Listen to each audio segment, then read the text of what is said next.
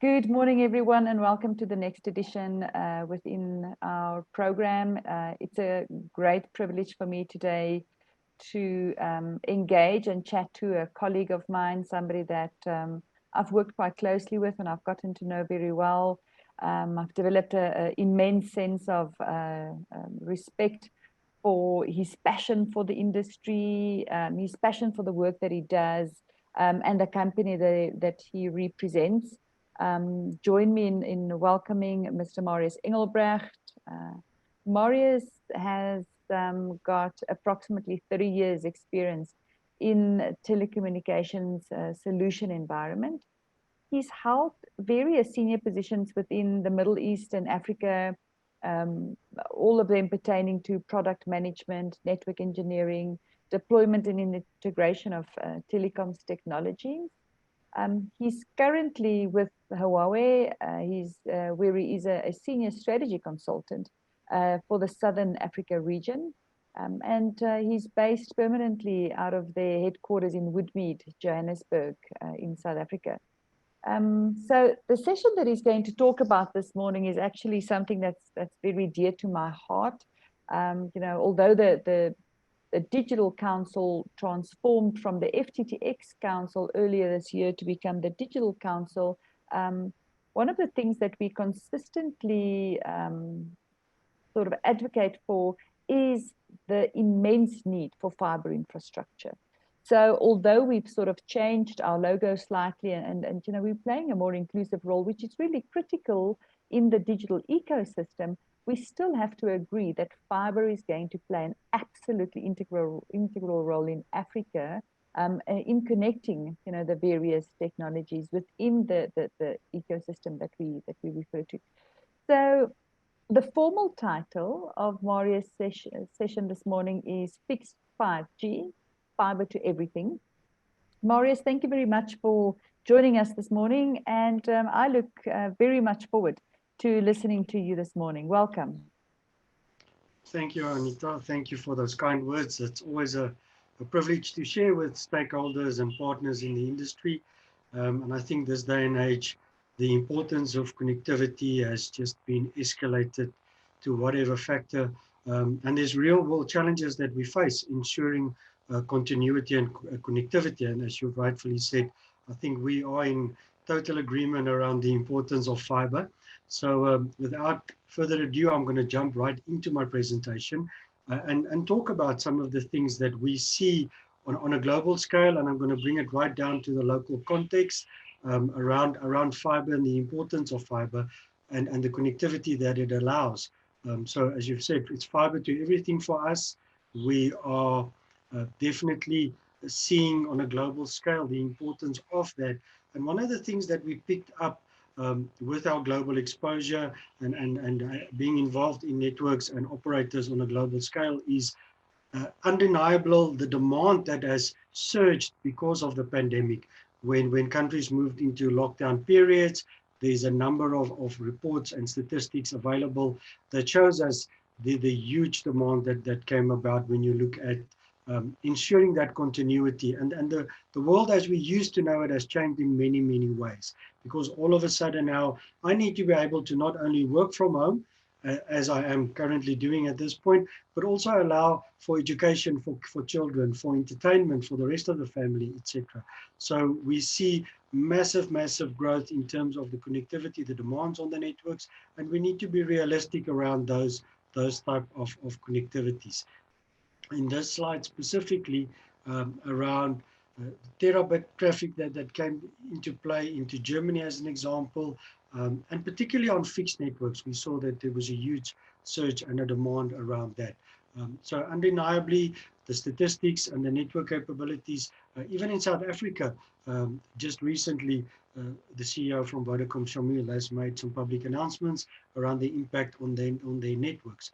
Now, moving forward, when we look at where we were in terms of March and where we are now, I think nobody ever envisaged that we would still be in a lockdown phase in many countries. So a lot of questions are coming to the fore now around what happens network-wise in terms of when we are trying to flatten the curve when the fight is full on against the pandemic, and what does the future actually holds. And in all of these contexts, we see undeniably again the importance of connectivity and the importance that fiber plays. So there's a lot of models out there that try and understand the demand versus the supply side, what should be the foundation, and what should be the policy environment that allows us to ensure that connectivity. So we have multiple industry stakeholders all of a sudden that has to talk to one another. And Juanita, you will recall initially with the onset of COVID-19, how the South African ICT industry came together, and you played a leading role within that environment to ensure that we start to talk to one another and that we are clear on what we ultimately want to achieve. Because undeniably, again, we've seen that if we apply the technologies correctly and the policies actually allow us to do that, it actually comes down to saving lives. And that's why I'm passionate about what I'm doing, because we know the difference that the technology makes in the Africa context and in South Africa as well in terms of saving lives. So if I move on to the next slide, you will see that full fiber in Europe, they've adopted what we call a full fiber strategy, and they recognize the fiber then as the enabler towards the digital transformation. So again, in Europe, there's a number of examples and countries that have put policy regulations in place to ensure that, again, we've got that continuity. So within the fiber context, and especially also then within the optical industry context, there's a whole new world of opportunities that are opening up because of what the technology and the medium allows us to do. So if we look at East Asia as an example, they are looking at what they call upgrade capability. In Europe, they're talking about revival, and then in others, we've got plan and incentives to make it happen. So Malaysia, as an example, adopted what they call the 2030 National Fiberization and Connectivity Plan. Russia, as well, has identified the importance of connectivity in industry to make this happen. So in the UK, in Germany, in the EU, as I've said, a number of adoption targets are set in place to ensure that we can get where we need to be in terms of that connectivity. And then again, the COVID-19 fight, which we should keep at the back of our minds always, because although there's been amazing things happening on the medical side, and there's a lot of talk about getting this thing over and done with, for many countries, it's still going to take a while because we know that there's still real world challenges in many countries around this. So we need to ensure and promote connectivity as far as we possibly can. Right. And the landscape has changed due to COVID again. So in the past, where we looked at fiber to the home, it's now a question of fiber to the room. If I look at my own context, the moment I went into the lockdown phase, I had to ensure that connectivity in my home was of that nature that I can actually present from my study, which in the past I never even considered. And then also in terms of other verticals, we're looking at fiber to the office now, which is actually translating into fiber to the desk, and fiber to the campus, we are looking at fiber to the machine connectivity. Because again, with the advent of 5G and the demands that 5G is going to put on our networks and our capabilities, as we see over here, we need to understand that important role that fiber plays in terms of the backhaul capabilities, etc.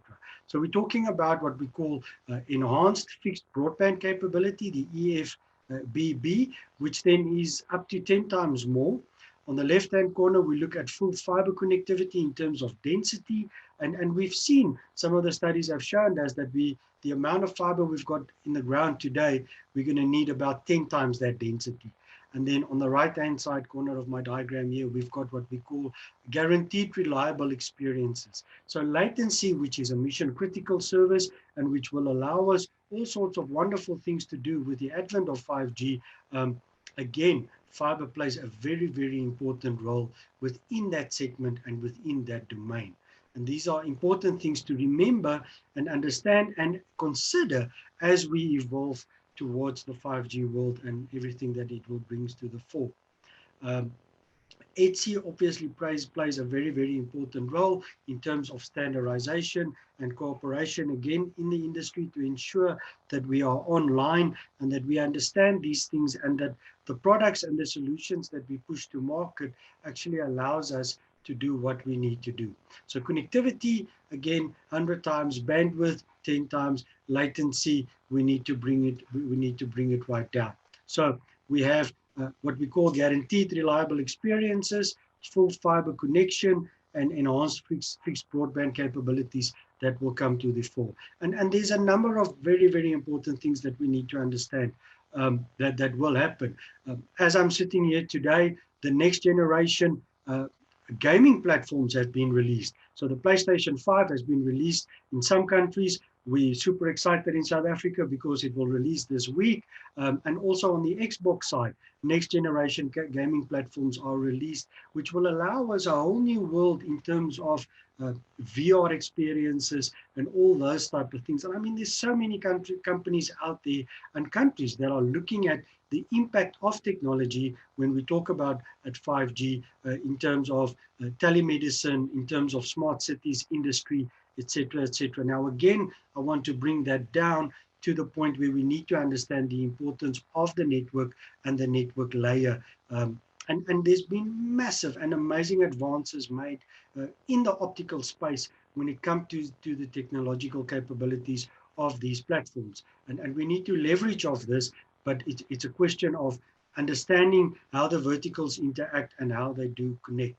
So we also then need to look at, in terms, as we said, the physical layers, the network layers, the transportation and the application, because ultimately we need to guarantee a quality of experience to the user that he wants, that he's willing to pay for, and that the operator can monetize. So there's a number of aspects, again, in terms of the different layers and intelligence and experiences, the management layer of the platform, all of these things we need to bring together to ensure that ultimately we can deliver what we set out to deliver and what is promised to our customers. So on the physical layer side, the agility and the flexibility. Now, there's a number of operators, not only global, but also local, that has got a fiber to the site strategy in place to again ensure and they understand the complexities and the importance of having that backhaul capabilities. But as we see now, a lot of this is being extended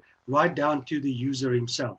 And we need to ensure that we create that environment and that space that makes sense. So again, it's about the network, the ultimate experience, the management and control, implementing new technological advances on the network side, like software-defined network capabilities, virtual capabilities within our network environment. So ultimately, we're looking at a one fiber for multiple service domain as well. So in the past, it used to be only about the connectivity, but the future is telling us that it's so much more. What is the actual purpose that the customer is going to utilize this connection for, and what are the associated quality of services and quality of experiences that we need to prescribe and adhere to ensure that that business, that individual, that person working from home actually get what they are paying for. So all of these need to be understood, and this brings us that context of fixed 5G that we are referring to. So ultimately, fiber connecting everywhere, allowing the ultra broadband connectivity and possibility. And this, as we can see over here, in conjunction with what is happening in the spectrum domain and in the 5G domain, are supportive to one another. So depending on the spectrum availability and the application of how we roll that out to the different customers, you can see fiber always will play an integral part within those network topologies, etc. Right, so in terms of the policies and the verticals, again, very important to understand that we need to have the support and the inputs of all stakeholders that allow us and ensure us that connectivity. It doesn't help government, local government, regulator is in opposition of what industry is trying to achieve. And that's why it's very, very important that we sit down, that we speak to one another, that we look at the global cases that are existing. There's very, very good global cases. If we look at Ofcom, if we look at Germany, in terms of creating an environment that is conducive and allows for industry growth. Because we cannot at this point sit down and talk about, with the challenges that we are facing due to COVID-19, we cannot talk about GDP growth, job opportunities, entrepreneurship, saving lives, e-health, all of those things without talking connectivity. And you cannot talk the connectivity and the fiber without talking policy and regulation and the mechanism that allows us to do that efficiently and effectively.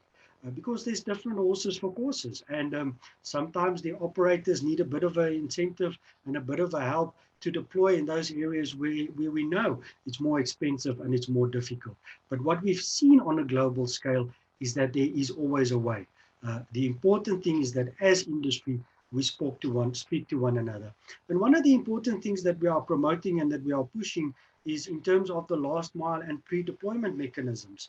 A number of countries has made it very, very easy so that when new buildings and infrastructure is deployed, already there is mechanisms made available for the sharing of infrastructure, for the pre-provisioning of infrastructure, so that after the fact, we don't need to go and apply and it costs us 60 or 80% more in order to put down the pipes and the ducts, etc. So this is again where government and estate developers and operators have an important role to play in talking to one another. And I have to say, there's a number of initiatives that's happening that we're very excited about, where we can see already industry is talking to one another. And I know you, Anita, from a Digital Council Africa perspective, you've got a very important role to play in giving us the leadership and allowing us a platform where we can actually come together and talk to one another. So a lot of things has happened there. Again, we can look at the global cases, we can learn from those cases, and we can adopt and implement it in ways that make sense within our context. And that is very, very important for us.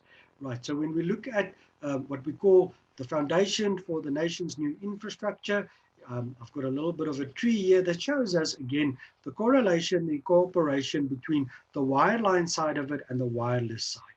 And ultimately, we need to bring all of this together to allow that ubiquitous connectivity and that experience for the user. So, and there's a whole range of things that obviously comes into play in terms when we look at cloudification. We talk about all of these things, but we need to understand that you still require that connectivity between those clouds, that interoperability, in order to bring the value of the data and of the analytics then to the entire industry and to the stakeholders. So it's very, very important. So ultimately, again, it's fiber to everywhere that we need to achieve and that we need to make happen.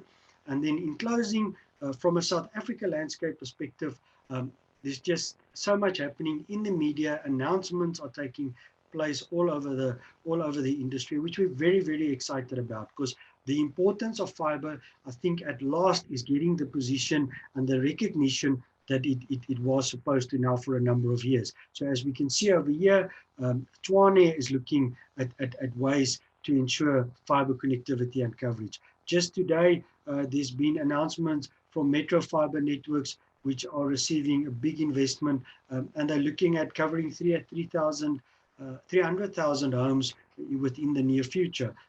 Vodacom has shown good growth. Telkom has showed good growth. So again, as an industry, we can see there's many, many things happening. We can see that the stakeholders are starting to recognize the importance, and we are coming together and we are trying to promote as far as possible the importance then of fiber and the role that it will play not only today but also in future in terms of connectivity. And that is my last slide for today. I thank you for your time and for making yourselves available, and I hope I've inspired you towards having fiber deployed everywhere. Thank you very much. Thank you, Marius. That was really very interesting. I thoroughly enjoyed listening to you this morning. So just to put you a little bit on the spot, and maybe just a sort of a direct question. I've known you long enough to hopefully be able to get away with it. So has Huawei been involved, and how particularly does Huawei as a company get involved in the promotion of connectivity, in particular, advocating for ubiquitous connectivity? Thank you for that question, Juanita. It's a very good and a very valid question. One of the things that really is tough for me is because we've got international exposure and we can see how technology changes lives.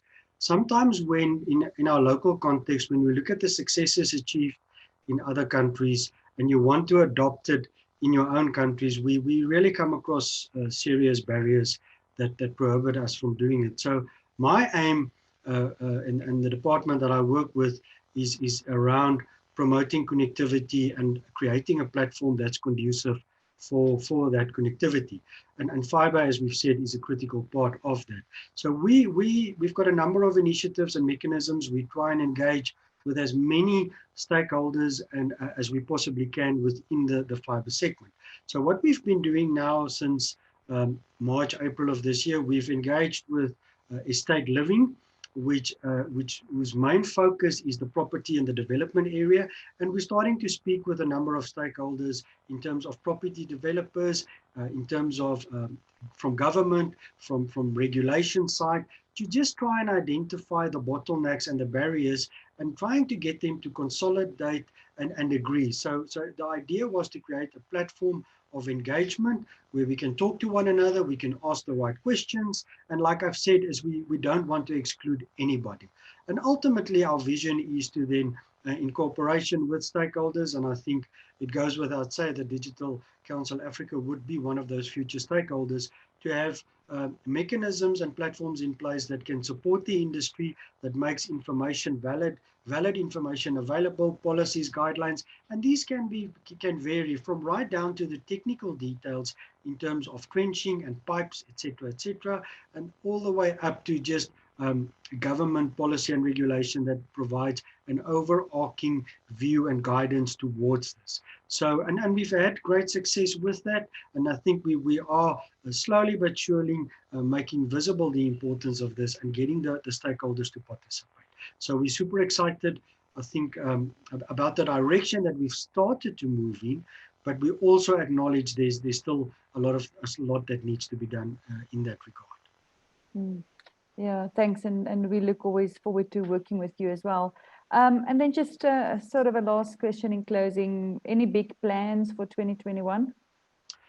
Absolutely. I think 2021, again, we want to ensure the continuity of highlighting the importance of connectivity. 5G is high on everybody's agenda, and there's a lot of questions around it. And while we will take a responsible role in terms of ensuring that we provide platforms to equip and to educate in terms of what the technology will allow us. And then underlying that, as I've said, we cannot talk 5G without talking fiber. And we cannot talk fiber without talking regulation policy from government side and then the rest of the industry in terms of pre-provisioning. So I think there's a number of initiatives that we're targeting for next year, which we will engage with stakeholders involvement and get that out there. Because again, COVID-19 has shown us the importance of saving lives and how the connectivity ensures continuity. And that's without a doubt anymore. So I think a lot of and the facts are out there, a lot of the companies' digitization strategies has been fast-tracked because of COVID-19. And ultimately, our aim, my aim would be to move to a home which is not in the environment where we are in terms of traffic and congestion, but then wherever I would like to move, is the connectivity there? Will I have that continuity? And we know that with fiber and with the other technologies, we can do that. So the world, I think, is going to change in many, many ways that we haven't even anticipated as yet because of COVID-19. Thank you for that, Juanita. Absolutely, I can't agree with you more. I think we're about to see, and I really hope we do. And I spend a lot of time talking to people about this, but I really hope that sanity prevails, that we start realizing the impact that we have on the environment, that, the age of these massive, big old buildings and everybody like, sheep driving hours every day, polluting the environment should be a thing of the past. So let's hope that the powers that be and hear our plea and institute formal work from home policies and strategies for the organization. Marius, thank you very much. It's always a pleasure. Thank you very much for a very informative and interesting conversation. And I look forward to continuing this in the near future. Thank you, and we wish you all the best with the conference. Thanks so much.